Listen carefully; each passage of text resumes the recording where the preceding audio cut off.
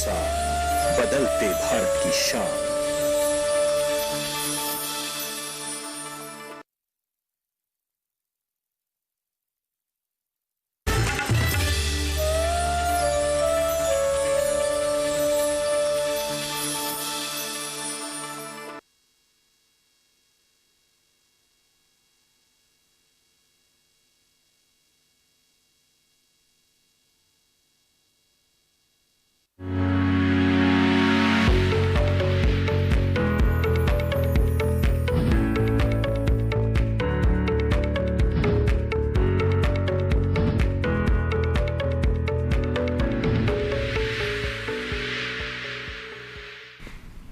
नमस्कार, स्वागत है आप सभी का। आप देख रहे हैं दूरदर्शन में हमारा खास कार्यक्रम हेलो किसान, जिसमें हम कृषि से संबंधित अलग अलग विषय चुनकर लाते हैं जो कि किसानों के लिए बेहद ही महत्वपूर्ण होते हैं और तमाम जानकारी उस विषय पर हम अपने विशेषज्ञ मेहमानों से लेने की कोशिश करते हैं। साथ ही अगर आप भी कोई सवाल पूछना चाहते हैं, राय या सुझाव लेना चाहते हैं हमारे विशेषज्ञ मेहमान से, तो आप भी सीधे इस कार्यक्रम में जुड़ सकते हैं हमारे टोल फ्री नंबर पर कॉल करके। तो आइए सबसे पहले आज के कार्यक्रम के विषय के बारे में बता दें जिस पर होगी विस्तार से चर्चा। आज हेलो किसान कार्यक्रम में हम बेल वाली सब्जियों की देखभाल, इसके साथ ही धान फसल प्रबंधन पर विस्तार से चर्चा करेंगे। इन दोनों विषयों से जुड़े हुए जो भी सवाल आपके मन में हो आप पूछ सकते हैं। आप हमारे टोल फ्री नंबर पे कॉल कर सकते हैं। नोट कर ले हमारे टोल फ्री नंबर 1800-113060 और 1800-113061 टोल फ्री नंबर है, यानी कि मुफ्त में आप कॉल कर सकते हैं। बस आपको इस बात का ध्यान रखना है कि बातचीत के दौरान टीवी का वॉल्यूम बंद रखेंगे और सीधे फोन लाइन के जरिए बातचीत करेंगे, तभी आप बातचीत सुन पाएंगे और किसी तरह की रुकावट नहीं आएगी। बहरहाल हमारे विशेषज्ञ मेहमानों से आपका यहाँ पर परिचय करा दे। हमारे साथ यहाँ पर डॉक्टर हर्षवर्धन मौजूद हैं, जो कि प्रधान वैज्ञानिक है शाकीय विज्ञान संभाग IRI पूसा नई दिल्ली में। आपका बहुत बहुत स्वागत डॉक्टर हर्षवर्धन। और इसके साथ ही हमारे दूसरे मेहमान डॉक्टर दिनेश कुमार भी हमारे साथ जुड़े हुए हैं। आप प्रधान वैज्ञानिक है सस्य विज्ञान संभाग IRI पूसा में। आपका भी बहुत बहुत स्वागत। नमस्कार। तो आइए इस बातचीत की शुरुआत करते हैं और जैसे कि बेल वाली सब्जियों की देखभाल पर हम बात करेंगे, तो सबसे पहले डॉक्टर हर्षवर्धन हम जानना चाहेंगे आपसे कि खास तौर पर बेल वाली सब्जियों की जब हम बात करते हैं तो हमारी थाली में इसकी महत्ता कितनी है और इसकी खेती किसानों के लिहाज से किस तरह से महत्वपूर्ण हो जाती है, और इसके बारे में हमें यहाँ पर बताएं। जी हाँ, आपने बिल्कुल सही पूछा है कि जब आज हम देखते हैं कि खास करके जब इस प्रकार का एक संकट वाला माहौल चल रहा है, हर आदमी चाहता है कि हमको बिल्कुल सुपाच्य भोजन हमको मिलना चाहिए। जब हम सुपाच्य की बात करते हैं तो जितनी ये बेल वाली सब्जियां हैं, चाहे लौकी है, करेला है, खीरा है, तोरी है, इन सब में करीब जल की मात्रा जो है काफी अधिक होती है। इसमें 90% जल होता है और बाकी इसमें लवण और विटामिन काफी होते हैं। इस कारण से सभी बीमार बच्चे बूढ़े सबको ये लिए सुपाच्य होता है। और एक और महत्वपूर्ण विषय इसमें ये होता है कि इसमें जो कैलोरी होती है वो काफी कम होती है। जैसे आजकल बहुत सारे ऐसे लोग होते हैं जो डायबिटीज की या किसी कारण से ऐसा खाना चाहते हैं जिससे उनको कैलोरी कम मिले लेकिन उनको विटामिन और लवण उनको भरपूर मात्रा में मिले। तो ऐसे जो हमारे उपभोक्ता हैं उनके लिए जो बेल वाली सब्जियां हैं ये काफी महत्वपूर्ण है। जैसा आपने किसानों की भी बात कही, किसान भाई अभी गर्मियों में भी इसकी उपज किए होंगे। किसान भाई हमेशा जानते हैं कि या तो उनको लाभ तब मिलता है जब बिल्कुल अगेती लगाते हैं, या उन्हें मिलता है जो सीजन से थोड़ा हट के लगाते हैं। इन तमाम विषयों पे हम यहाँ पे चर्चा करेंगे जिससे किसान भाइयों को अधिक से अधिक मुनाफा हो सके। बिल्कुल। तो विस्तार से हम जानेंगे कि बेल वाली सब्जियां अगर आपको लगानी है तो किस तरह से आप इसकी खेती करें ताकि अधिक से अधिक मुनाफा आप इससे कमा सकते हैं। और इसके लिए इस कार्यक्रम के दौरान लगातार जुड़े रहें। और इस वक्त हम देखते हैं एक छोटी सी रिपोर्ट।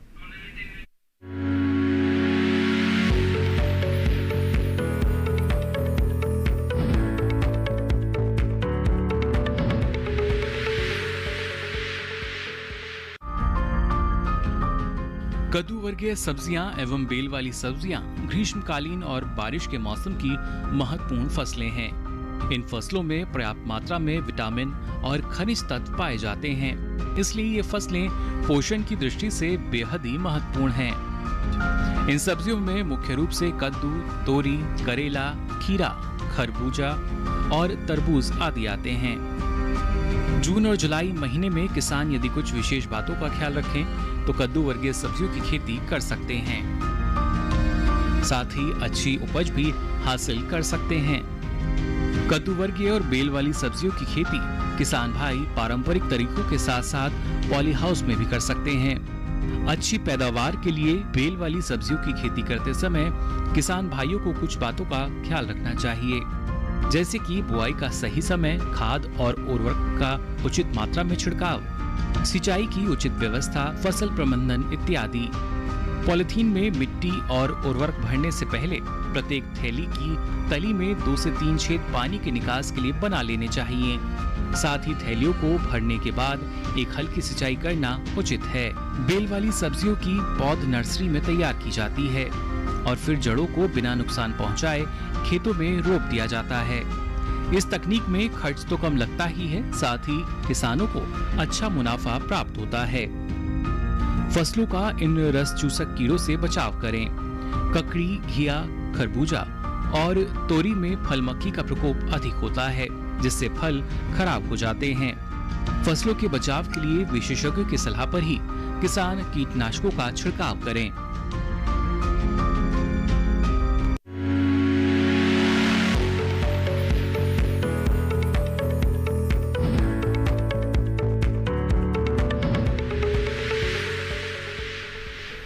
जी हाँ, तो बेल वाली यानी कद्दूवर्गीय सब्जियों पर ये छोटी सी रिपोर्ट आपने देखी है और अब बातचीत को आगे बढ़ाते हुए धान के बारे में बात करते हैं। डॉक्टर दिनेश, खाद्यान्न फसलों में और खरीफ की बहुत ही महत्वपूर्ण फसल है धान की हमारी, और काफी किसान इसकी खेती करते हैं।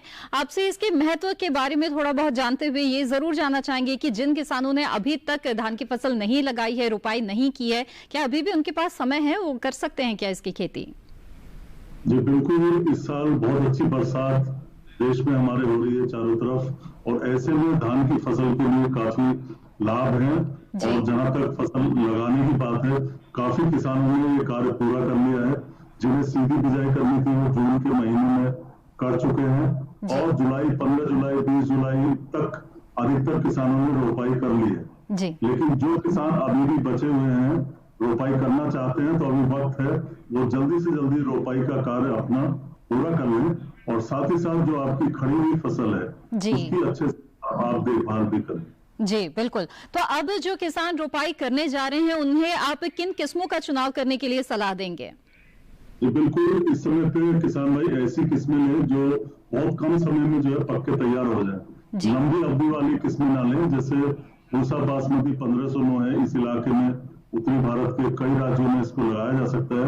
लेकिन लंबी अवधि की किस्में अब कामयाब नहीं होंगी आपकी, और खास करके अगर आपकी पौध भी पुरानी हो गई हो, उस दशा में आप किस्मों का तो चुनाव ज्यादा आपके हाथ में है, जो जिसकी नर्सरी उपलब्ध है आप उसी को आप लगा सकते हैं। जी जी बिल्कुल।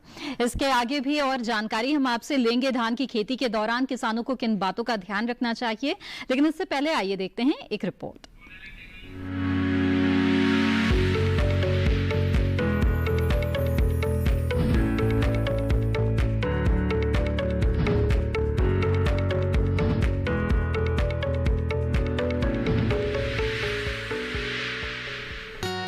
इस समय खेतों में खरीफ धान की रोपाई का काम लगभग पूरा हो चुका है। देश के कुछ इलाकों में जुलाई माह के अंत तक रोपाई की जाती है। किसान रोपाई करने से पहले खेत को जोतकर उसमें पानी भरकर अच्छी तरह एकसार कर लें।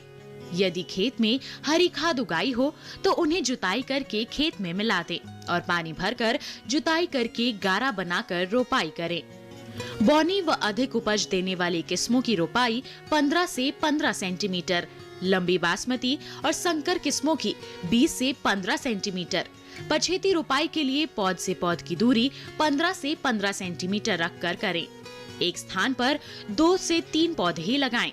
इसके अलावा जिन खेतों में रोपाई हो चुकी है, वहां के किसान खरपतवारों को निराई गुड़ाई करके खेत से निकाल दें। हिस्पाग्रस्त पौधों की पत्तियों का ऊपरी हिस्सा काटकर अलग कर दे। तना भेदक कीट की निगरानी और नियंत्रण के लिए फेरोमोन ट्रैप लगा देना चाहिए। इसके साथ ही किसान फसल में कल्ले निकलते समय 3% फ्यूराडिन 20 से 25 किलो प्रति हेक्टेयर या 4% कार्टफ 17 से 18 किलो प्रति हेक्टेयर की दर से डालें। पत्ती लपेटक कीट के नियंत्रण के लिए किसान देसी नुस्खा भी आजमा सकते हैं। इसके लिए बेर की झाड़ियों को फसल के ऊपरी भाग पर घुमा देने से पत्तियां खुल जाती हैं, जिससे सूंडियां नीचे गिर जाती हैं।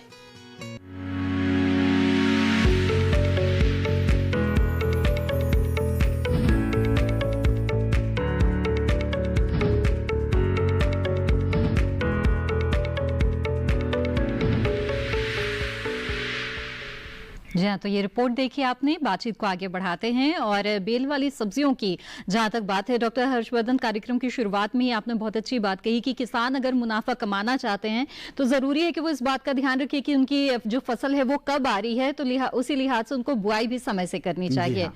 तो जिन किसानों ने अभी तक ग्रीष्मकालीन अगर बेल वाली सब्जियां नहीं लगाई है तो उन्हें अब आगे कब बुआई करनी चाहिए, कौन सा है उपयुक्त समय उनके लिए? जी हाँ, ये हम आमतौर पे देखते हैं कि जो बारिश के मौसम में जब आपके इलाके में बारिश हो जाती है, कई सारे किसान होते हैं कि पहली बारिश के बाद ही वो इन फसलों की बिजाई प्रारंभ कर देते हैं। लेकिन जहां अगर किसी किसान के खेत में अगर कोई दूसरी फसल चल रही थी और अगर वो लेट हो गए हैं तो अभी भी इन तमाम फसलों को वो लगा सकते हैं। लेकिन हमें ये ध्यान रखना है कि जब आमतौर पे हम गर्मी में इस फसल को उगाते हैं तो हम इसको नीचे जमीन पे फैलाते हैं, लेकिन अगर हम बारिश के मौसम में वही किसान भाई अगर इसको लगा रहे हैं तो उनको उसे मचान बना के इनकी रुपाई करनी चाहिए जी।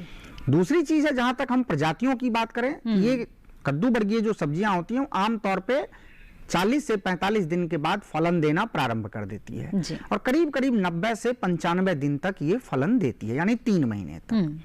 तो किसान भाई अभी भी इसको लगा सकते हैं। पूरे जो उत्तर भारतीय मैदानी इलाका है, इवन जो पूर्वी इलाका है, वहां भी इसकी बिजाई अभी कर सकते हैं, क्योंकि जब सर्दियां आती हैं तो नवंबर दिसंबर के बाद आती हैं, तब तक ये फल चलता रहता है। बिल्कुल। अभी हम लौकी की हम लगा सकते हैं, हम खीरा भी लगा सकते हैं। हाँ, हम जब प्रजातियों की बात करते हैं तो उसमें थोड़ा हमें अंतर रखने की जरूरत होती है। हमें ये ध्यान देना है कि इस मौसम में हमको उन प्रजातियों का चुनाव करना चाहिए जिनमें इस मौसम में आने वाले जो रोग होते हैं उनसे बचाव हो। जो आगामी मौसम है बारिश का, इसमें गर्मी भी अधिक होती है और तापमान में नमी, जो मौसम है उसमें नमी की मात्रा रहती है। ऐसे में कुछ बीमारियां होती हैं, जैसे डाउनी मिल्ड्यू होता है, वो काफी अधिक होता है। तो अगर हम बीमारियों से कैसे रोकथाम कर सकते हैं, क्या उपाय करें, जानेंगे हम आपसे आगे डॉक्टर हर्षवर्धन। इस वक्त हमारे साथ एक कॉलर जुड़ गए हैं तो उनका सवाल यहाँ पर ले लेते हैं। तुकाराम जी इस वक्त नासिक महाराष्ट्र से जुड़े हुए हैं। जी तुकाराम जी, स्वागत है आपका, पूछिए अपना सवाल। जी मैम, जो धान के जो प्रोडक्ट में जो से कौन सा इस्तेमाल करना पड़ेगा? माफ कीजिएगा, धान की फसल आप लेना चाहते हैं? हाँ जी। जी, तो सवाल क्या है आपका इसमें? जो धान में तणनाशक होते हैं, तण होते हैं, उसके लिए। जी डॉक्टर दिनेश, अगर आप तुकाराम जी का सवाल सुन पाए हैं तो क्या सुझाव देंगे आप इन्हें? सवाल दोबारा बताएंगे आप? धान की फसल लेना चाहते हैं, नासिक महाराष्ट्र से ताल्लुक रखते हैं, तो किन बातों का ध्यान रखना चाहिए, क्या सुझाव देंगे आप इन्हें? देखिए, अगर आप रोपाई विधि से करना चाहते हैं तो आपको पौध चाहिए धान की, और पौध अगर आपके पास उपलब्ध है तो आप अभी लगा सकते हैं जी। और सीधी बिजाई का समय आपका निकल चुका है, वो संभव नहीं। तो अगले साल आप तैयारी करें और जुलाई के पहले हफ्ते में अपना धान लगा सकते हैं। जी जी बिल्कुल। डॉक्टर दिनेश, आपसे जानना चाहेंगे कि जो पछेती रोपाई करना चाहते हैं किसान, उन्हें किस तरह की सावधानियां बरतनी चाहिए अच्छी पैदावार हासिल करने के लिए? कई बार ऐसा होता है कि किसान भाई देर से रोपाई करते हैं और उनकी पौध भी पुरानी हो जाती है। आमतौर पे 20 से 25 दिन की पौध आपको लगानी चाहिए, लेकिन पौध 45-50 दिन की हो जाती है। कई बार बाढ़ आ जाती है, कई बार सूखा पड़ जाता है, जिसकी वजह से पौध हमारी पुरानी हो जाती है और देर से हम रोपाई करते हैं। इसके लिए आपको रोपाई की दूरी घटानी है, तो जो आमतौर पर 20x10 या 25x10 होती है, उसको घटा के आप 15x10 कर लें, यानी 15 पंक्ति से पंक्ति की और 10 सेंटीमीटर पौधे से पौधे की दूरी आप रखें। साथ ही साथ एक जगह पे आप 4 से 5 यहाँ तक कि 6 पौधे आप लगा सकते हैं, क्योंकि पछेती फसल में ब्याज कम होता है। और तीसरी बात यह है कि उसकी चोटियां काट दें, ऊपर से धान की पत्तियों को काट दें और साइड की पत्तियों को भी काट दें। इससे फसल की स्थापना जल्दी होती है, अच्छी स्थापना होती है। और चौथे, जो खाद और उर्वरक आप डालते हैं, जो संस्कृत है, उसका 1.25 से 1.5 गुना तक उर्वरक आपको अधिक डालना पड़ेगा। इन 4 बातों का ध्यान रख के आप पछेती रोपाई कर सकते हैं या पछेती पौध का आप इस्तेमाल कर सकते हैं। बिल्कुल, तो ये कुछ बातें हैं जिनका ध्यान जरूर किसानों को रखना चाहिए अगर वो पछेती रोपाई कर रहे हैं। जी डॉक्टर हर्षवर्धन, हम बात कर रहे थे कि अभी जो किसान है और बेल वाली सब्जियां जिसकी बुआई कर सकते हैं, कुछ अच्छी किस्मों के बारे में यहाँ पर हमें बताएं। जी हाँ, वही हम बात कर रहे थे। जैसे इस मौसम की जो किस्में होती है वो थोड़ी अलग होती है। जैसे मैं डाउनी मिल्ड्यू की बात कर रहा था, जो किसान भाई जैसे खीरा लगाते हैं, तो हमारे संस्थान की एक प्रजातियां ऐसी हैं, पूसा बरखा, जो बारिश के मौसम के लिए विशेष तौर पे तैयार की गई हैं, जिसमें डाउनी मिल्ड्यू कम आएंगी। इसी प्रकार से अगर लौकी लगाना चाहते हैं, जहां लंबी हम लौकी लगाते हैं किसान भाई, पूसा नवीन लगा सकते हैं, या पूसा शंकर 1 प्रजाति है इसका लगा सकते हैं। गोल लौकी जहां लगाते हैं पूसा संदेश लगा सकते हैं। कुछ जगह पे नाशपाती के आकार की लौकी होती है, वो जब सर्दियों में जैसे जो किसान भाई अगर लेट हो गए हैं तो नाशपाती के आकार वाली जल्दी भी होती है और सर्दियों का भी उस पर कम असर पड़ता है, यानी सर्दियों में भी उनमें फलन होती है, तो संतुष्टि को लगा सकते हैं। इसी प्रकार अगर करेला है तो उसमें 2 मौसमी लगा सकते हैं। 2 मौसम नाम ही दिया गया है कि बारिश और गर्मी दोनों के लिए ये है। पूसा औषधि लगा सकते हैं। जो तोड़ी लगाना चाहते हैं तो हमारे पूसा श्रेष्ठा एक नई हाइब्रिड प्रजाति आई है, या पूसा स्नेहा लगाएंगे। अगर कहीं कहीं जो धारीदार तोड़ी भी हम लगाते हैं तो वो किसान भाई पूसा नूतन लगा सकते हैं। ये तमाम जो किस्में जो हमने बताई, इसके बीज वो हमारे संस्थान से भी ले सकते हैं, या जो राष्ट्रीय बीज निगम है ये भी इन सभी फसलों के बीज जो NSC होता है वो भी इनके बीज किसान भाइयों को उपलब्ध कराते हैं। बिल्कुल, तो प्रमाणित बीज ही आप ले, इस बात का जरूर ध्यान रखें। बहरहाल यहाँ पर आगे बढ़ेंगे, अगले कॉलर हमारे साथ जुड़ गए हैं, उनका सवाल लेते हैं। गोपाल जी बालागीर ओडिशा से इस वक्त हमारे साथ हैं। गोपाल जी स्वागत है आपका, बताइए क्या जानना चाहते हैं? मैडम मेरा कहना क्या है कि हम धान की रुपाई कर लिया है। अच्छा। लेकिन जो छोटे छोटे पौधे जो इधर उधर हो जाते हैं कि हम इसी को कैसे हटाए पौधे को? कुछ और पौधे उग रहे, खरपतवार आ रहे हैं? जी जी जी जी जी मैडम, जी बिल्कुल, बहुत ही अच्छा सवाल आपने पूछा है। कई किसानों को इस तरह की समस्या से जूझना पड़ता है। जी डॉक्टर दिनेश बताएं, खरपतवारों की समस्या आ रही है और पौध की रुपाई धान की कर चुके हैं, तो ऐसे में कैसे छुटकारा पाए? देखिए, इसमें 2 तरह के खरपतवार नाशी होते हैं। अगर आप रासायनिक विधि से खरपतवार नियंत्रण करना चाहते हैं तो एक तो ऐसे खरपतवार नाशी होते हैं जो रोपाई करने के 2 से 3 दिन के अंदर आपको खेत में डालने पड़ते हैं। जैसे ब्यूटाक्लोर दवाई आती है, सभी किसान लोग जानते हैं। ब्यूटाक्लोर 1.5 से 2 किलोग्राम सक्रिय तत्व प्रति हेक्टर लगता है। इसी तरीके से पेटिलाक्लोर आती है, पेटिलाक्लोर की 750 ग्राम मात्रा लगती है प्रति हेक्टर। इनमें से कोई सी एक दवाई लेके आप 500 लीटर पानी में घोल बना के रोपाई के 2 से 3 दिन के अंदर आप छिड़क दें। और अगर आपकी रोपाई जो मान लो 25 दिन की हो गई है, 20 दिन की या 30 दिन की हो गई है, तो इस समय पे आप सोडियम बिस्पारीमेट सोडियम नाम की दवाई आती है, उसका 25 ग्राम सक्रिय तत्व प्रति हेक्टर के हिसाब से 500 लीटर पानी में घोल बना के छिड़क दें। और ये ध्यान रखना आपको, ये छिड़काव रोपाई के 25 से 30 दिन के बीच करना है। अगर 30 दिन से ज्यादा की फसल हो गई है तो धान में कोई ऐसा खरपतवार नाशी नहीं है जो आपके खरपतवारों को नष्ट कर सके। अगर आपको रसायनों का प्रयोग करना है तो 25 से 30 दिन के बीच में रोपाई के बाद आप बिस्पारीमेट सोडियम 25 ग्राम मात्रा का प्रति हेक्टर के हिसाब से प्रयोग करें। बिल्कुल, तो गोपाल जी मुझे उम्मीद है आपके सवाल का जवाब मिल गया होगा। और आपने जो धान की फसल लगा रखी है तो उसकी अवधि कितनी हुई है उसके अनुसार आप दवाओं का इस्तेमाल कर सकते हैं, अन्यथा आप हाथ से ही जो खरपतवार है उसको हटाने का प्रयास करें। और खरपतवारों से छुटकारा पाना बेहद जरूरी है, तभी आपकी फसल को अच्छी बढ़वार मिल पाएगी। बहरहाल हेलो किसान कार्यक्रम में वक्त हो गया एक छोटे से ब्रेक का, हम जल्द हाजिर होंगे। आप बने रहें दूरदर्शन किसान पर।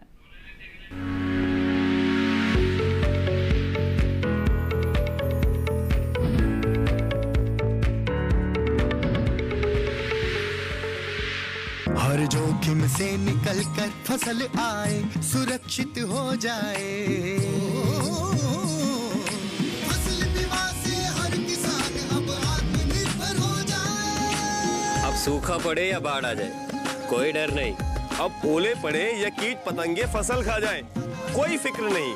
अब कैसी भी आपदा हमारी फसल पे आ जाए, क्षति होने पर हमारे दावों का उचित भुगतान मिलता है, क्योंकि हमने लिया है प्रधानमंत्री फसल बीमा। बुआई से फसल कटाई तक हर जोखिम का दावा, न्यूनतम प्रीमियम पर अधिकतम भुगतान का वादा। योजना से हर साल जुड़ रहे हैं 5 करोड़ से ज्यादा किसान। अब आपकी है बारी। नजदीकी कृषि कार्यालय, सहकारी समिति, बैंक शाखा, अधिकृत बीमा कंपनी या जन सेवा केंद्र में स्वेच्छा से करा सकते हैं पंजीकरण। फसल बीमा पोर्टल या फसल बीमा ऐप द्वारा भी किया जा सकता है पंजीकरण। प्रधानमंत्री फसल बीमा योजना, आपकी फसलों का संपूर्ण सुरक्षा कवच। कृषि एवं किसान कल्याण मंत्रालय, भारत सरकार।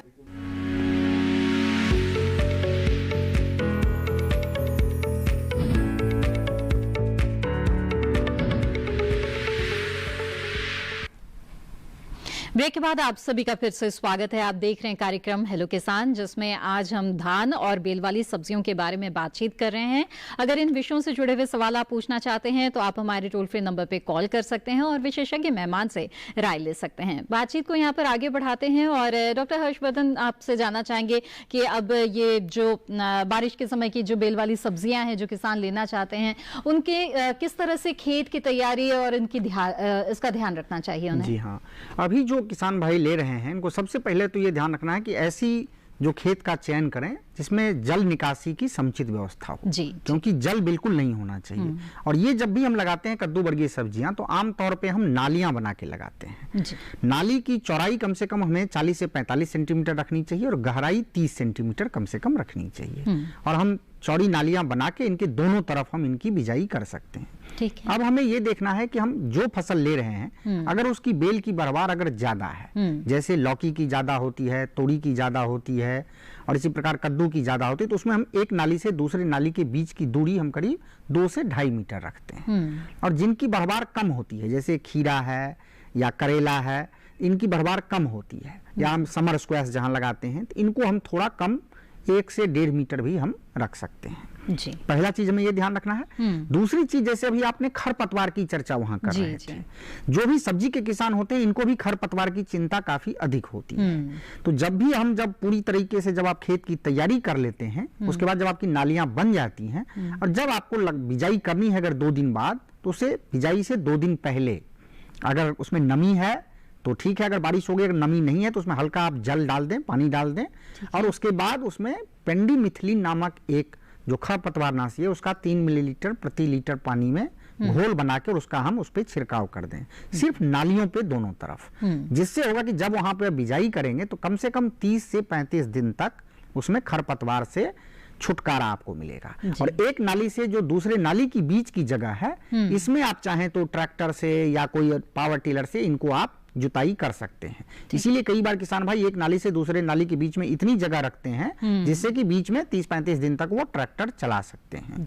जब अगर हम खरपतवारनाशी का हम प्रयोग करते हैं तो हमें एक फायदा और होता है, क्योंकि शुरुआती अवस्था में जो पौधे की वृद्धि होती है उसमें अगर खरपतवार अगर आते हैं तो उनकी वृद्धि भी कम होती है और कुछ कीड़े, जैसे खास करके जो लाल रंग के कीड़े होते हैं, वो छोटे पौधों को काफी नुकसान पहुंचाते हैं। और अगर आपके खेतों में अगर खरपतवार है तो ये कीड़े कई बार आपकी पूरी फसल को 3-4 दिन में खा के बिल्कुल खत्म कर देते हैं, तो उनसे भी आपको निजात मिलेगी। दूसरी चीज का हमें ये ध्यान रखना है कि चूंकि अभी इस मौसम में वायरस जनित बीमारियां काफी आती हैं और जैसा आपको बताया गया फल मक्खी का भी प्रकोप काफी होता है, तो इससे बचाव करने के लिए हम बिजाई के समय से ही जिस खेत में आप लगा रहे हैं उसके चारों तरफ अगर हम मक्का की फसल अगर हम लगा लें तो मक्का की अगर आप 2 लाइन लगा लेते हैं, या अगर 10 नाली 12 नाली के बाद भी बीच में भी अगर आप 1-2 नाली पे अगर आप मक्का की पंक्ति लगा देते हैं, तो इससे आने वाले मौसम में जो सफेद मक्खी है उसको आप रोक सकते हैं। जैसे हम आपको कोरोना को रोकने के लिए हम मास्क पहनते हैं, इसी प्रकार से अगर हम सफेद मक्खी को हमें रोकना है तो हम मक्का अगर लगा देंगे, उसके पत्ते में जो रेशे होते हैं सफेद मक्खियां उस पर चिपक जाती हैं, तो आपको दवाई का जो छिड़काव है वो कम करना पड़ेगा। उससे सब्जियां भी सुरक्षित होंगी और आपकी लागत भी जो होगी वो कम होगी। और मक्का को आप भुट्टा के रूप में भी बेच सकते हैं, या अगर आप स्वीट कॉर्न और बेबी कॉर्न अगर लगा लेते हैं तो आपको एक अधिक मुनाफा भी उससे आपको हो जाएगा और साथ साथ आपकी जो फसल है वो भी सुरक्षित रहेगी। बिल्कुल। आइए आगे बढ़ते हैं। अगले कॉलर इस वक्त हमारे साथ जुड़े हुए हैं प्रतापगढ़ उत्तर प्रदेश से अतुल जी। अतुल जी, स्वागत है आपका, पूछिए अपना सवाल। अतुल जी, मेरी आवाज मिल रही है आपको?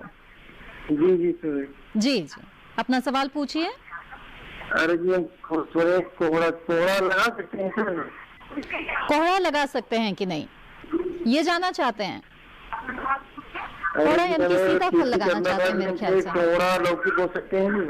हाँ जी, आप कोहरा भी बो सकते हैं, लौकी भी बो सकते हैं। कोहरा की भी अगर प्रजाति है जो सीताफल जिसको भी बोलते हैं जी, हमारे संस्थान की पूसा विकास है, पूसा विश्वास है या पूसा हाइब्रिड 1 है। और आपको यही चीज ध्यान देना है कि कोहरा में भी चूंकि जो वायरस जनित बीमारियां आती हैं तो उनसे आपको बचाव करना जरूरी है। तो आप कोहरा लगा सकते हैं। इसमें इवन इस मौसम में हम पेठा भी लगा सकते हैं। आप लौकी की बात कर रहे थे, लौकी भी हमने बताया। पेठा जहाँ पे चूंकि आगरा के आसपास में या कई जगह लोग जो मुरब्बा बनाते हैं, जिसको चप्पन कद्दू भी कहते हैं। चप्पन कद्दू हम जो पंपकिन होता है उसी के छोटे वाले को हम चप्पन कद्दू कहते हैं। या आजकल उसमें छप्पन टिंडा भी आता है, जैसे हमारे संस्थान की पूसा पसंद है जो बिल्कुल गोल रंग का होता है, देखने में टिंडा है बट बेसिकली वो समर स्क्वायर है, जिसको हम चप्पन कद्दू भी हम कहते हैं।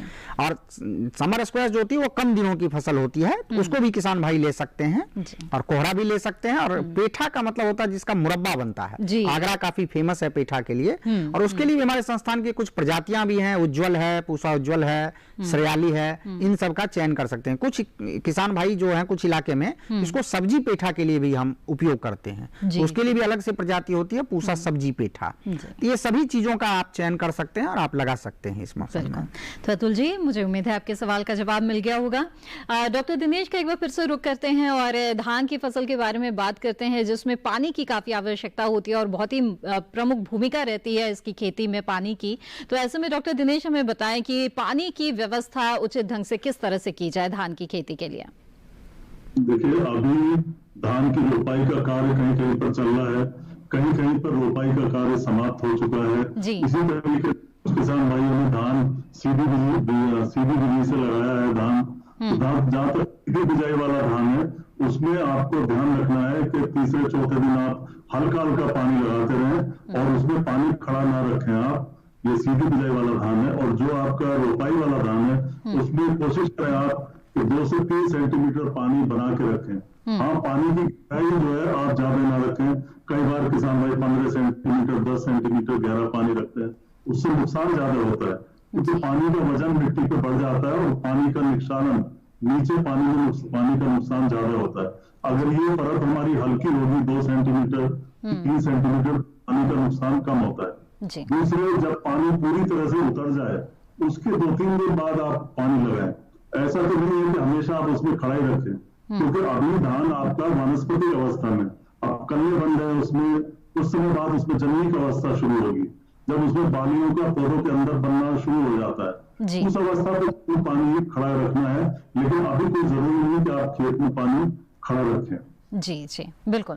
सिंचाई की यहाँ पर बात हो रही है डॉक्टर हर्षवर्धन, तो आपसे भी जानना चाहूंगी कि भले ये ग्रीष्मकालीन फसल या फिर वर्षाकालीन, सिंचाई की व्यवस्था कैसी होनी चाहिए कद्दू वर्गीय सब्जियों के लिए। कद्दू वर्गीय सब्जियों में जब हम सिंचाई करते हैं, जैसा मैं पहले ही बोला था, चूंकि इसमें 90% से अधिक इसमें पानी ही होता है, बिल्कुल।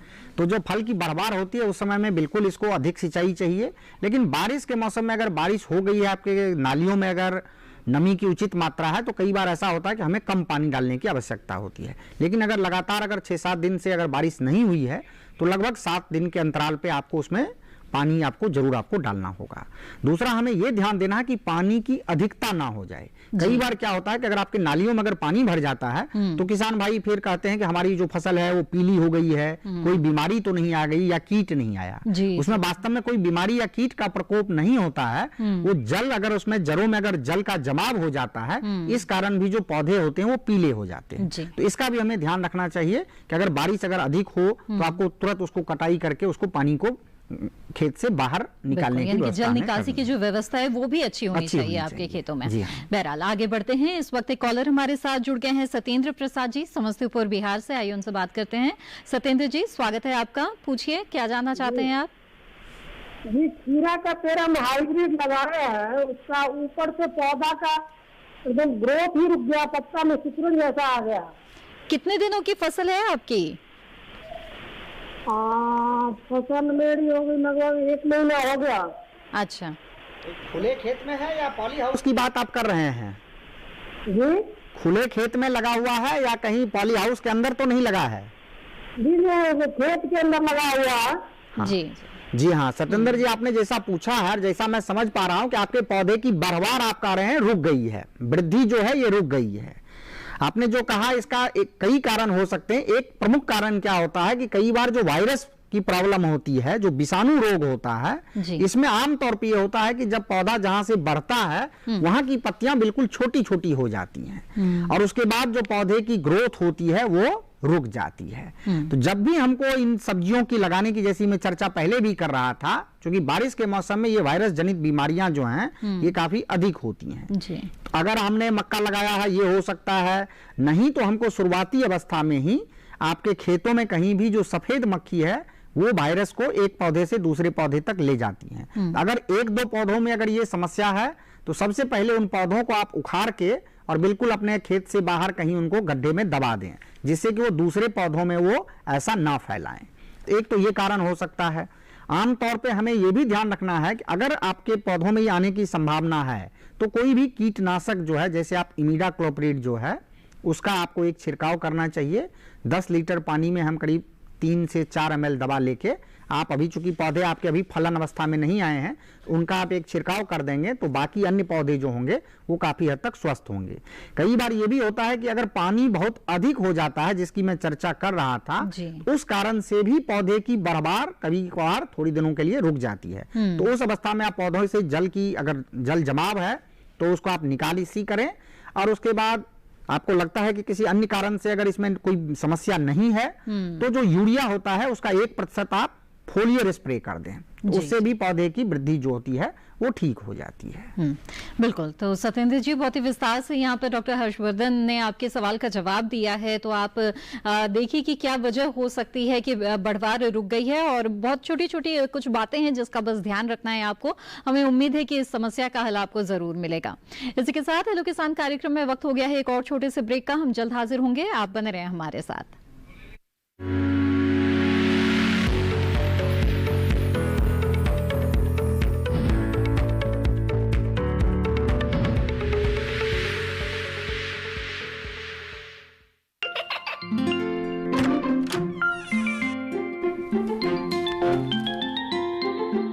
ये क्या हो रहा है? काशवी, इतने कम मार्क्स? काशू बेटा पढ़ा करो, पढ़ोगी नहीं तो आगे कैसे बढ़ोगी? मम्मा मैं भी तो आपसे यही कहना चाहती हूँ, पढ़ा करो। आप पढ़ोगे नहीं तो आगे कैसे बढ़ोगे? मतलब? वो देखो, सिर्फ बैक पर छपा ऑर्गेनिक नहीं, ऑर्गेनिक का निशान पहचानिए। पीजीएस ऑर्गेनिक का ये लोगो उन किसानों की पहचान है जो आज भी परंपरागत विधि से रसायन मुक्त खेती कर आपके लिए शुद्ध फसल उपजा रहे हैं। अब समझे मम्मा, अगर मैं प्योर ऑर्गेनिक फूड नहीं खाऊंगी तो अच्छे मार्क्स कहाँ से लाऊंगी? अच्छा बच्चों, जैविक खेती की इस मुहिम को आगे बढ़ाइए, शुद्ध ऑर्गेनिक अपनाइए।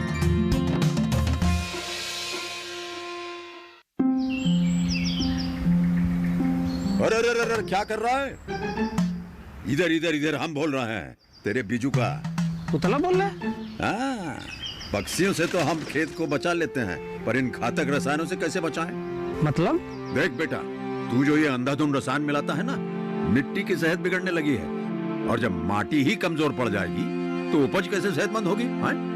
अरे पहले ऐसा नहीं था, पूछना अपने बड़े बुजुर्गों से, कैसे फसल लहलहाती थी, शुद्धता झलकती थी। हाँ, माटी भी तंदुरुस्त और लोग भी। पहली वाली बात कहाँ? पर अब तो सभी डाले हैं। सब नहीं, आज भी लाखों जागरूक किसान परंपरागत विधि से फसल उगा रहे हैं, खर्चा कम और उपज की कीमत भी बेहतर पा रहे हैं। ठीक है भाई, मैं भी आज से जैविक खेती शुरू करूंगा। माटी से प्रेम की परंपरा है, परंपरागत खेती।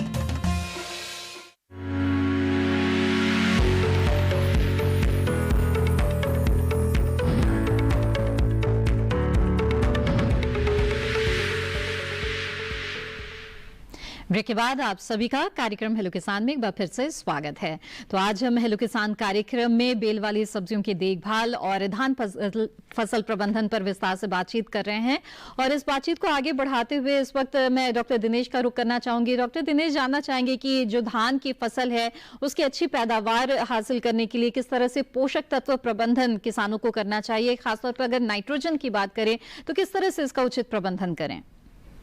जी बिल्कुल किसान भाइयों, जैसा कि आप जानते हैं कि जो पोषक तत्व हैं वो आप मिट्टी की जांच के आधार पर देते हैं, और इसमें फास्फोरस, पोटास, जिंक और गंधक वगैरह जो होते हैं आपने रोपाई के समय या बुआई के समय डाल दिए होंगे। अब खड़ी फसल में आपको नाइट्रोजन का प्रबंधन करना है। नाइट्रोजन की 2 बार जरूरत पड़ती है, खास करके इसमें जो सामान्य किस्म है उसमें एक तो जब ब्यात बन रहा होता है तब आप उसमें नाइट्रोजन का प्रयोग करें, और दूसरा जब उसमें बालियां निकलने के पहले की अवस्था होती है, पेनिकल बनना शुरू हो जाता है पौधे के अंदर, गाभा किसान भाई कहते हैं गाभे में आ गया हमारा था, उस समय जो है खुराक दे जो आमतौर पे रोपाई के 55 से 60 दिन बाद आती है। तीसरे आजकल के लीफ कलर चार्ट का भी प्रयोग कर रहे हैं कुछ किसान भाई, उसके आधार पर भी नाइट्रोजन का प्रयोग किया जा सकता है। जी जी बिल्कुल। आइए आगे बढ़ते हैं। अगले कॉलर इस वक्त हमारे साथ जुड़ गए हैं अरुण निगम जी, प्रयागराज उत्तर प्रदेश से, उनसे बात करते हैं। अरुण जी स्वागत है आपका। जी नमस्ते जी मैडम। नमस्कार अरुण जी, पूछिए अपना सवाल। मैडम पॉली हाउस में जैसे हम लोगों ने ककड़ी तो उगाई है जी, लेकिन हम ककड़ी खीरा, लेकिन मैं उस तरह की जो दूसरी बेल वाली जैसे लौकी, तुरई और कद्दू, साथ ही साथ में जो गर्मी के मौसम में हम तरबूज या खरबूज उगा सकते हैं क्या पॉली हाउस में, ये डॉक्टर साहब से जानना चाहते हैं, और अगर उगा सकते हैं तो हम उसके लिए क्या क्या सावधानी बरतनी है और उसका पूरा प्रोसीजर जानना चाहते हैं। बिल्कुल, आइए जानते हैं। जी हाँ अरुण निगम जी, आपने बहुत अच्छा आपने प्रश्न पूछा है जी। देखिए आमतौर पे हम खीरा हम लगाते हैं जो पॉली हाउस में, आपने जो ककड़ी कही आपने, मैं समझता हूँ कि अगर आप खीरा लगाए होंगे तो खीरा में क्या होता है कि पॉलिनेशन यानी परागन की जरूरत नहीं पड़ती है, क्योंकि खीरा में ऐसी प्रजातियां हैं जो बीज रहित खीरा बनाती है, जिनको हम पार्थेनोकार्पिक खीरा कहते हैं। तो इसमें बिना परागन के ही उसमें खीरा बन जाता है, और एक पौधे पे उसमें 15, 20, 25 खीरा तक बन सकता है, तो उसकी तो सफलतापूर्वक खेती की जाती है। बाकी जो अन्य सब्जियां हैं जिनकी आप बात कर रहे हैं, अगर हम करेला की बात करें, अगर हम लौकी की बात करें, क्योंकि पॉली हाउस बनाने में हमें यह भी ध्यान देना पड़ता है कि हमारी लागत काफी अधिक होती है, इसीलिए हम कोशिश करते हैं कि जो हाई वैल्यू सब्जियां हैं उनको हम लगाएं और कम एरिया में हम उत्पादन अधिक से अधिक करें। जी। जैसे अगर हम 1 मीटर वर्ग मीटर में अगर हम 2 खीरा का पेड़ अगर हम लगा देते हैं, लग सकता है पॉली हाउस के अंदर, तो हमारा उत्पादन जो है बाहर के मुकाबले कम से कम 4 गुना अधिक होता है। लेकिन इसी को देखते हुए हम लोगों ने जैसे करेले की भी एक किस्म विकसित की है जो पूसा रसदार के रूप में है, क्योंकि आमतौर पे जब हम बारिश के मौसम में अगर हम करेला बाहर लगाते हैं तो उसमें फल मक्खी का काफी प्रकोप होता है, या किसान भाई उसके लिए काफी दवा कीटनाशक का प्रयोग करते हैं, इस कारण से बहुत सारे उपभोक्ता नहीं खाना चाहते हैं। तो हम आपको बिल्कुल बताना चाहेंगे कि पूसा रसदार प्रजाति है, वो बिल्कुल ऊपर ट्रेंड भी हो सकती है, लेकिन उसमें आपको परागन करना होगा। परागन की भी जो मजदूरी है उसको कम करने के लिए हम लोगों ने उसका फल का साइज काफी बड़ा बनाया है, यानी एक करेला जो होगा वो 200-250 ग्राम का होता है, तो इस कारण आपको लागत कम आएगी। जैसा आप गर्मी में भी पूछना चाहते हैं, बिल्कुल हम लोगों ने उसके लिए भी आपको मैं बताना चाहूंगा। खरबूजा में आजकल आप एक देखते होंगे सरदा मेलन जिसको हम कहते हैं, जो ऊपर से पीले रंग का होता है और बिल्कुल उसकी जो शेल्फ लाइफ होती है यानी 20-25 दिन तक उसको आप मार्केट में अगर रख सकते हैं तो उसमें कोई खराबी नहीं आती है जी। तो उसकी भी 2 प्रजातियों का यहाँ से विकास हुआ है, पूसा सरदा, और एक ऐसा भी बना है जो ऊपर से भी वो पीला है और अंदर जब आप गूदा काटेंगे तो वो भी बिल्कुल पीला या नारंगी रंग का होगा, जिससे विटामिन भी उसमें काफी है। पूसा जो हमारा सुनहरी करके है, इनको भी आप बिल्कुल खीरा की तरह ऊपर आप ट्रेंड करके और एक एक पौधे में अगर आप 2 फल भी बनाएंगे अगर, लेकिन इसमें आपको केवल परागन करना होगा, क्योंकि इसमें नर फूल अलग होता है और मादा फूल अलग होता है, लेकिन इनकी आप सफलतापूर्वक खेती कर सकते हैं। और आपको अगर अधिक जानकारी का अगर चाहिए तो आप हमारे संस्थान से या आप हमसे भी कभी कांटेक्ट कर सकते हैं, आपके यहाँ इसका हम डिमोन्स्ट्रेशन भी हम करा सकते हैं। बिल्कुल अरुण जी, बहुत ही अच्छा सवाल भी पूछा है आपने और हमें उम्मीद है कि जरूर इन सुझाव पर भी आप अमल करेंगे और बहुत सारे और भी विकल्प भी आपको यहाँ पर मिल गया है। आप करेला और खरबूजा भी अगर पॉली हाउस में चाहे तो आप लगा सकते हैं और अच्छी पैदावार हासिल कर सकते हैं।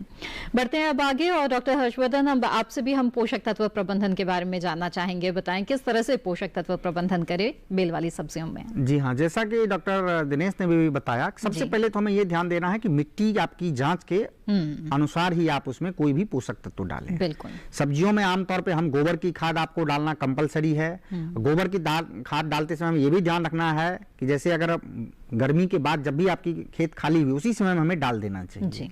उसके बाद हमें ये ध्यान रखना है कि जब अंतिम बार हम तैयारी करते हैं, अंतिम जुताई के समय, तो आमतौर पे ये जो भी सब्जियां हैं, जो कद्दू वर्गियों की हम बात कर रहे हैं, इसमें करीब हमको 70 से 80 केजी हमें फास्फोरस की जरूरत पड़ती है, 40 से 50 केजी हम पोटास की जरूरत पड़ती है और नाइट्रोजन हमें करीब 80 से 90 केजी डालने की जरूरत पड़ती है। तो नाइट्रोजन का आधा और बाकी सभी हम पूरा अंतिम जुताई के समय हम डाल देते हैं। कई बार किसान भाई ये भी करते हैं कि जिस इलाके में उनको नाली बनानी है, नाली को पहले वो ट्रैक्टर से बना लेते हैं और ये जो भी पोषक तत्व सिर्फ वो नालियों में ही उसका उचित बंटवारा करके नालियों में ही डालते हैं, बीच के हिस्से में वो कम डालते हैं।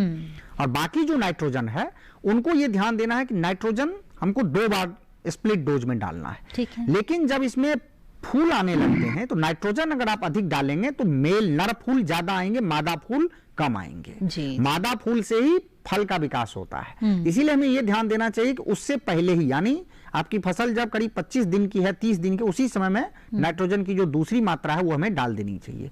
और फिर उसके बाद जब उसमें फल बनना शुरू हो जाता है, फल की जब वृद्धि होती है करीब 35 से 40 दिन में फल बनना शुरू हो जाता है, तो 50 दिन के आसपास आप दोबारा उसमें 1 डोज नाइट्रोजन की डाल सकते हैं। बिल्कुल।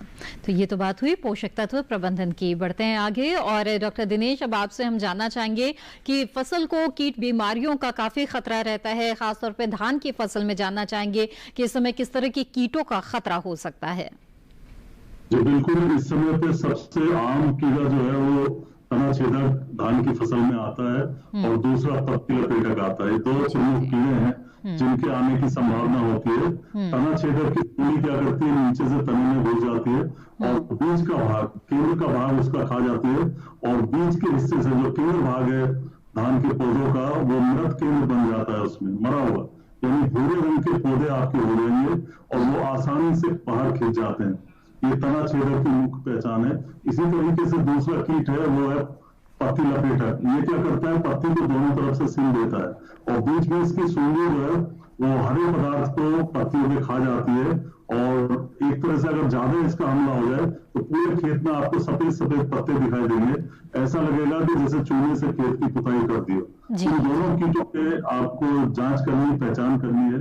इनके नियंत्रण के लिए आप कार्बाफ्यूरान 3G इसकी आप 30 किलोग्राम मात्रा प्रति हेक्टेयर के हिसाब से छिड़काव कर दें या फिर कार्टेप हाइड्रोक्लोराइड है, इसका भी प्रयोग आप कर सकते हैं। दानेदार ये दवाई होती है कार्टेप हाइड्रोक्लोराइड, इसका 4G में आता है और 25 किलोग्राम प्रति हेक्टेयर के हिसाब से आप इसका छिड़काव खेत में कर सकते हैं। तो इन दोनों कीटों के लिए लाभकारी।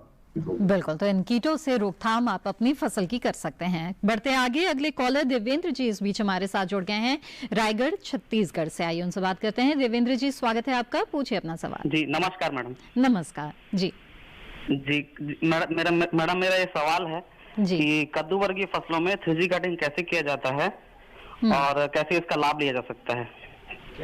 क्या कैसे किया जा सकता है, एक बार फिर से सवाल दोहरा दें।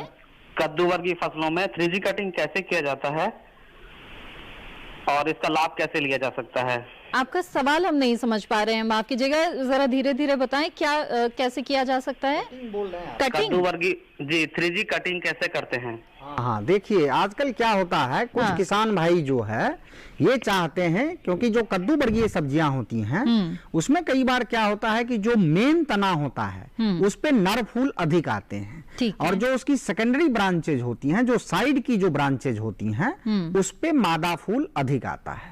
कुछ तो ऐसे भी हैं, जैसे अब खरबूजा है, खरबूजा में कोई भी मादा फूल मुख्य तना पे नहीं आता है, सिर्फ जो साइड की ब्रांचेज निकलती हैं उन्हीं पे मादा फूल आते हैं। इसी के लिए कुछ किसान भाई आजकल ये करते हैं कि जो मुख्य तना है ये जब करीब बढ़ जाता है करीब 45 दिन के आसपास, तो उसको मुख्य तना की वो पिंचिंग कर देते हैं। अच्छा। जो मेन स्टेम होता है, और जिससे कि उसकी जो सेकेंडरी ब्रांचेज होती हैं, सहायक जो शाखाएं होती हैं वो अधिक संख्या में निकलती हैं, जिससे वो अपना उत्पादन वो बढ़ाते हैं। तो इस प्रकार से आप करके जो है, चूंकि जो सेकेंडरी ब्रांचेज होंगी उन्हीं की ये कटिंग की वो बात कर रहे हैं, जिनको हम पिंचिंग कर देते हैं, तो उससे ये लाभ मिलता है। दूसरा कई बार होता है, जैसे अगर हम पॉली हाउस में जब हम करते हैं खेती, तो उसमें हम मुख्य तना को हम बढ़ने देते हैं, और जैसे इससे पिछले जो हमारे कॉलर थे, अगर उसमें अगर हम खीरा लगाते हैं तो जितनी साइड ब्रांचेज होती हैं सबको हम प्रूनिंग कर देते हैं, यानी सबको हम हटा देते हैं। लेकिन अगर हम खरबूजा लगाते हैं या अगर हम दूसरी चीज लगाते हैं, तो चूंकि उसमें जो मादा फूल आएंगी वो हमारी सेकेंडरी ब्रांच पे ही आएंगे, तो इसलिए उसमें हम करीब जड़ से लेके या हम 2 या 3 हम जो सेकेंडरी ब्रांच होता है उनको हम छोड़ देते हैं और उसके चूंकि पहले नोड पे ही फल बन जाता है तो उसके बाद उसको हम कट कर सकते हैं। इस प्रकार से जो है हम प्रूनिंग और ट्रेनिंग जो है मतलब जो कटाई का प्रबंधन है ये हम कर सकते हैं कद्दू वर्गीय सब्जियों। चलिए इसी तरह से हम बेल वाली सब्जियों के बारे में और धान की फसल की देखभाल के बारे में विस्तार से चर्चा करेंगे, लेकिन फिलहाल वक्त हो गया एक और छोटे से ब्रेक का। आप बने रहे हमारे साथ।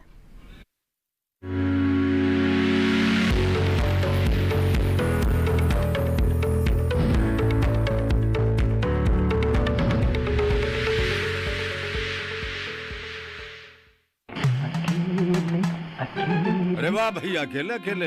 अरे तू भी ले, पर खाएगा कैसे? मैं ऑर्गेनिक खेती की बात कर रहा रे बेटे। अकेले अकेले खेती कब तक करेगा? मतलब गांव में 20-25 किसानों का समूह बना के पंजीकरण करवा ले, फिर सरकारी ट्रेनिंग भी मिलेगी और मुफ्त जैविक बीज खाद भी। फिर बीजीएस ऑर्गेनिक की सरकारी मोहर के साथ तेरी उपज आकर्षक पैक में पहुंचेगी बड़े बाजार तक। अच्छा हाँ। अरे भाई कहाँ चल दिया? सबको साथ लाने, आमदनी बढ़ाने। तो किसान भाई समझ गए ना, साथ मिलकर ऑर्गेनिक खेती कीजिए, अपनी परंपरा को आगे बढ़ाइए, ज्यादा मुनाफा कमाइए। माटी से प्रेम की परंपरा है, परंपरागत खेती।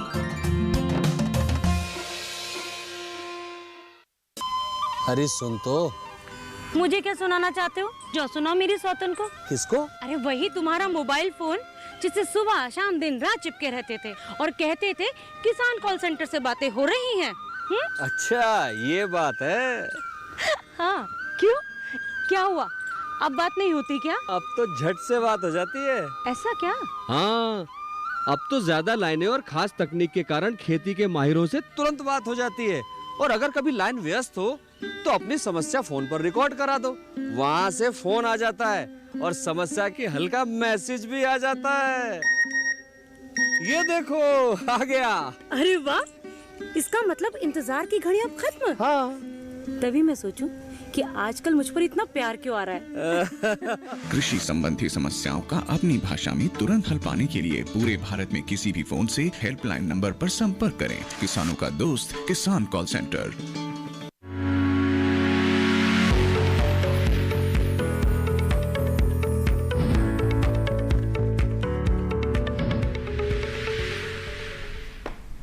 ब्रेक के बाद आप सभी का फिर से स्वागत है हेलो किसान कार्यक्रम में। आज हम चर्चा कर रहे हैं बेल वाली सब्जियों के बारे में, उसके साथ ही धान फसल प्रबंधन के बारे में। अगर इन विषयों से जुड़े हुए सवाल पूछना चाहते हैं तो आप हमें कॉल कर सकते हैं। इस वक्त भी हमारे साथ एक कॉलर जुड़े हुए हैं, आइए उनसे बात करते हैं। नमस्कार, स्वागत है आपका, पूछिए अपना सवाल। हेलो हेलो जी, ब्रिजेंद्र जी अपना सवाल पूछ सकते हैं आप। जी मैडम, मैंने बासमती ऊषा T1 धान की रुपाई की थी 1 महीने पहले। ठीक है। तो उसमें धान की लगभग फसल हो गई 10 से 12 इंच की। और उस धान की हमारे यहाँ पे मध्य प्रदेश में बारिश नहीं हुई अभी। ठीक है। तो जो 5 एकड़ में हमारी धान बोना है, तो उस खेत को क्या हम पानी से भर दें ट्यूबवेल या कुएं से? जी डॉक्टर दिनेश, क्या आप सुन पा रहे ब्रिजेंद्र जी का सवाल? मैडम आप 10 से 12 दिन की फसल इनकी हो गई है। और ब्रिजेंद्र जी आगे क्या सवाल पूछा है आपने? ब्रिजेंद्र जी सुन पा रहे हैं आप हमें? डॉक्टर दिनेश, ब्रिजेंद्र जी का कहना है कि 10-12 दिन की उनकी फसल तो हो गई है और बारिश नहीं हुई है इस बीच में, तो ऐसे में किस तरह से प्रबंध करें, आप बताएं। जी, बारिश में तो निश्चित तौर पर आपको सिंचाई की व्यवस्था करनी पड़ेगी और बिना सिंचाई के तो रोपाई वाला धान आपका नहीं चल पाएगा। आपको किसी भी हालत में कहीं से भी पानी की व्यवस्था जरूर करनी पड़ेगी। तो यही मैं इस समय कह सकता हूँ। जी जी डॉक्टर दिनेश, ब्रिजेंद्र जी कुछ कह रहे हैं, आइए सुन लेते हैं उन्हें। जी ब्रिजेंद्र जी पूछिए। जी मैडम, मैं ये बोल रहा था कि क्या हम अपने ट्यूबवेल से, जहाँ पे धान की हमें लगाना है, तो अपने ट्यूबवेल से पानी भर दें क्या उस खेत में? अच्छा, क्या ट्यूबवेल से पानी भर दें? अब बारिश नहीं हुई है और पानी की आवश्यकता तो है ही फसल को, तो क्या ट्यूबवेल के पानी का इस्तेमाल कर सकते हैं?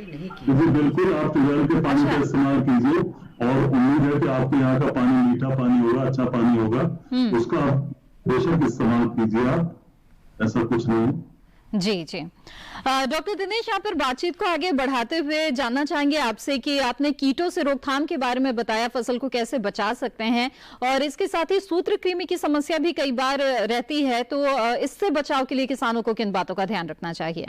बिल्कुल, खास करके जो किसान भाई सीधी बिजाई कर रहे हैं धान की, वहां पे सूत्रकृमि आ जाता है, जो जड़ों में लगता है, गांठें बना लेता है, और ये सूत्रकृमि हमारे रोपे धान में जहाँ रोपाई की है उसमें भी आने की संभावना होती है, क्योंकि कई बार ऐसा होता है कि पानी की कमी हो जाती है। पानी की कमी की दशा में दोनों तरह के धान में सूत्रकृमि आ सकता है। पौधों की बढ़वार आपको रुक जाती है, पौधे पीले पड़ जाते हैं, छोटे रह जाते हैं, और अगर आप जड़ों को उखाड़ के देखेंगे तो उस पर सफेद रंग की छोटी छोटी गांठें बनी नजर आएंगी। अगर इससे भी लक्षण नजर आए तो आप कार्बाफ्यूरान 3G इसकी आप 30 किलोग्राम मात्रा प्रति हेक्टेयर के हिसाब से छिड़काव कर दें, या 100 से 150 किलोग्राम नीम की खली प्रति हेक्टेयर के हिसाब से भी प्रयोग में ला सकते हैं। और साथ ही साथ कोशिश करें कि खेत में आप बार बार पानी लगाएं, इससे भी निमेटोड का प्रभाव थोड़ा कम हो जाएगा। जी जी बिल्कुल। डॉक्टर हर्षवर्धन, आपसे भी जानना चाहेंगे कि जो बेल वाली सब्जियां हैं उन्हें किस तरह के कीट जो हैं वो प्रभावित कर सकते हैं, कैसे बचाव जी करें? हाँ, जैसे मैं चर्चा कर रहा था, एक जो लाल कीड़ा होता है जिसे हम रेड पंपकिन बीटल कहते हैं, ये शुरुआती अवस्था में काफी परेशान करता है, और इसके नियंत्रण करने के लिए एक दवा आती है कार्बोसल्फान। इसका हमें स्प्रे करना है 2 मिलीलीटर प्रति लीटर पानी में घोल बना के। हमें ये ध्यान देना है कि बिल्कुल सुबह में सवेरे सवेरे इसका हमें छिड़काव करना है, क्योंकि जब सूरज की किरण निकल जाती है और धूप आ जाती है तो ये कीड़े उड़ने लगते हैं। उससे पहले ये बैठे रहते हैं पत्तियों पे, चूंकि ये कांटेक्ट जो दवा है उसी से इसका नियंत्रण हम अच्छे से कर सकते हैं। जी। इसके अलावा जैसे इस मौसम में फल मक्खी का काफी प्रकोप होता है, इसीलिए कई सारे किसान भाई इसको नेट हाउस में भी उगाते हैं, या जैसे किसान भाई पॉली हाउस की बात कर रहे थे, जिससे कि फल मक्खी का प्रकोप ना हो पाए। लेकिन अगर बाहर में आप लगा रहे हैं तो एक ट्रैप आता है, फेरोमोन ट्रैप होता है, क्योंकि हमें ये भी देखना है कि जो आप उगा रहे हैं वो सुरक्षित उपभोक्ता तक पहुंचे। आपका उत्पाद जो है, सब्जी जो है, वो बिल्कुल सुरक्षित होनी चाहिए। तो उसके लिए हमें फेरोमोन ट्रैप का हमें उपयोग करना है, और मिथाइल यूजिनॉल नामक जो केमिकल होता है, इसका ट्रैप आपको मार्केट से लेना है। इसको आप 1 एकड़ में 4-5 जगह लगा देना है। इसमें क्या होता है, एक गुटका लगा होता है जिसमें एक केमिकल लगा होता है, जिससे जो नर फूल होते हैं आकर्षित होकर अंदर आ जाते हैं और मर जाते हैं। तो नर फूल खत्म हो जाते हैं, जिसके कारण इनकी संख्या कम हो जाती है। और बहुत ही संक्षेप में रोगों के बारे में भी जानना चाहेंगे, किस तरह के रोग जो है इस मौसम में? एक तो डाउनी मिल्ड्यू की समस्या आती है, पत्ते जो है अगर बारिश होती है हल्की भी तो पत्ते भूरे भूरे हो जाते हैं और बाद में काले हो जाते हैं। इसके लिए आपको जो डाइथेन M45 है, इसका हमें छिड़काव करना है 2 से 2.5 ग्राम प्रति लीटर पानी में। और आपको लगे कि अगर मौसम में काफी नमी है, कई दिन से अगर आने की भी संभावना है, तब भी आप इसका पहले से ही इसका आप छिड़काव कर सकते हैं, जिसके कारण ये बीमारी आपके खेतों में ना आए। चलिए एक बार फिर से डॉक्टर दिनेश का भी रुख कर लेते हैं। डॉक्टर दिनेश, आपसे भी बहुत ही संक्षेप में जानना चाहेंगे कि धान की फसल को किस तरह के रोग से बचाएं किसान?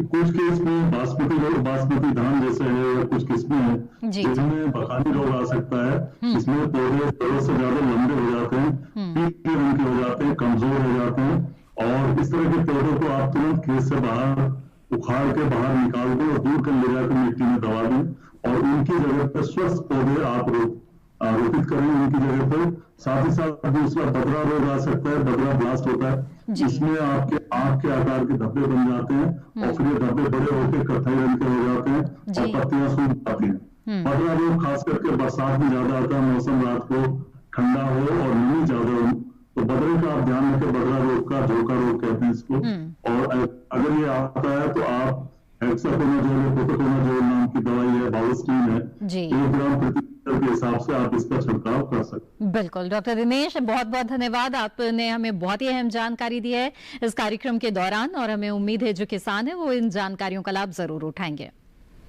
धन्यवाद। और इसके साथ ही डॉक्टर हर्षवर्धन, आपने भी बहुत ही अहम जानकारी दी बेल वाली सब्जियों से जुड़ी हुई। आपका भी बहुत बहुत धन्यवाद इस कार्यक्रम में शामिल होने के लिए। तो हमें उम्मीद है कि जरूर आप इन जानकारियों का लाभ उठाएंगे। आप बेल वाली सब्जियों की खेती कर रहे हैं या फिर धान की फसल आप ले रहे हैं, तो इन जानकारियों का लाभ उठाते हुए अच्छी पैदावार आप हासिल करेंगे और इससे आपको अच्छा मुनाफा भी मिलेगा। आगे बढ़ते हैं कार्यक्रम में, और अब हम आपको अगले विषय के बारे में बता दें। जी हाँ, हेलो किसान कार्यक्रम में जो अगला विषय है वो रहेगा बरसात में कृषि यंत्रों का रखरखाव और नाबार्ड किसानों की सेवा में। इन विषयों पर विस्तार से अगले कार्यक्रम में चर्चा होगी। और इस बीच अगर आप अपने सवाल हम तक पहुंचाना चाहते हैं तो आप हमें ईमेल भेज सकते हैं। हमारा ईमेल आईडी है hellokisan2015@gmail.com। इसके अलावा फेसबुक के माध्यम से भी आप हमसे जुड़े रह सकते हैं। फेसबुक पर हेलो किसान कार्यक्रम के पेज पर जुड़ने के लिए हिंदी में टाइप करें हेलो किसान। साथ ही दूरदर्शन किसान के कॉल सेंटर नंबर पर भी आप कॉल कर सकते हैं। हमारा टोल फ्री नंबर है 1800-113060। टोल फ्री नंबर है। सोमवार से शनिवार सुबह 6 बजे से रात 10 बजे के बीच कॉल करके अपने सवाल दर्ज करा दें। और हमारी पूरी कोशिश रहती है कि जो सवाल आपके हमारे विषय से जुड़े हुए हों उनको जरूर हम शामिल करें और हमारे विशेषज्ञों से राय लेकर आप तक समाधान पहुंचाएं। इसी तरह आप भी लगातार हमारे साथ अलग अलग माध्यमों से जुड़े रहें और अपनी समस्याओं का समाधान पाएं। हेलो किसान की आज की कड़ी में बस इतना ही। दीजिए इजाजत। नमस्कार।